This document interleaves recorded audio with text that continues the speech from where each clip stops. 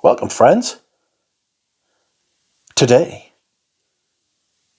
we are doing another perfume review. Scandalous. That is right, my friends. Once again, I have returned to you.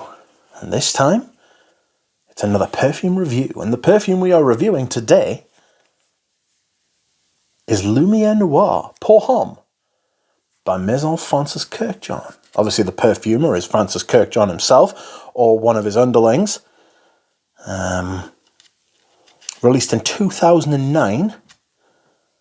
The notes are spicy rose, artemisia, and patchouli. I'm sure there's a few other molecules going on in there to round it out, but Francis Kurkdijan perfumes have this way of smelling like there's thin air in there too. Very ethereal. Anyway, the notes I get in this are rose and patchouli. So let's have a spray, shall we?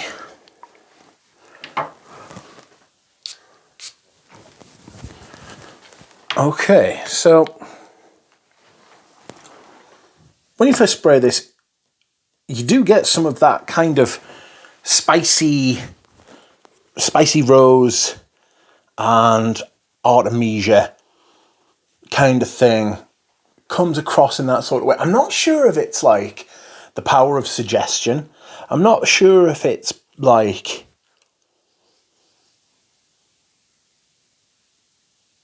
if I'm creating it in my head.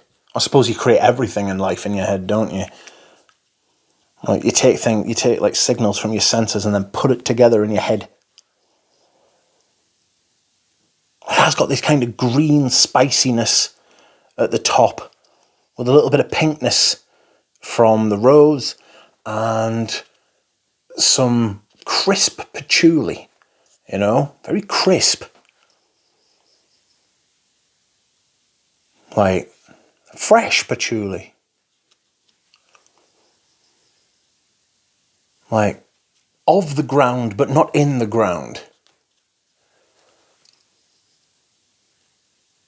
Sort of bright and yet dark at the same time. Like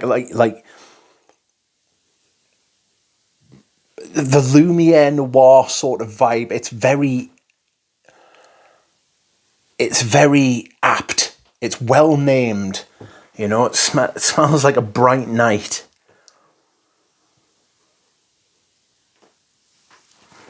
Clean, crisp, very smart, well put together. Not a very complex fragrance for me. It shifts a little bit in its makeup. It moves a little bit from this kind of spicy greenness to this fresh rose petal kind of thing. Like petals separate, fresh petals separated from the actual body of the plant, and then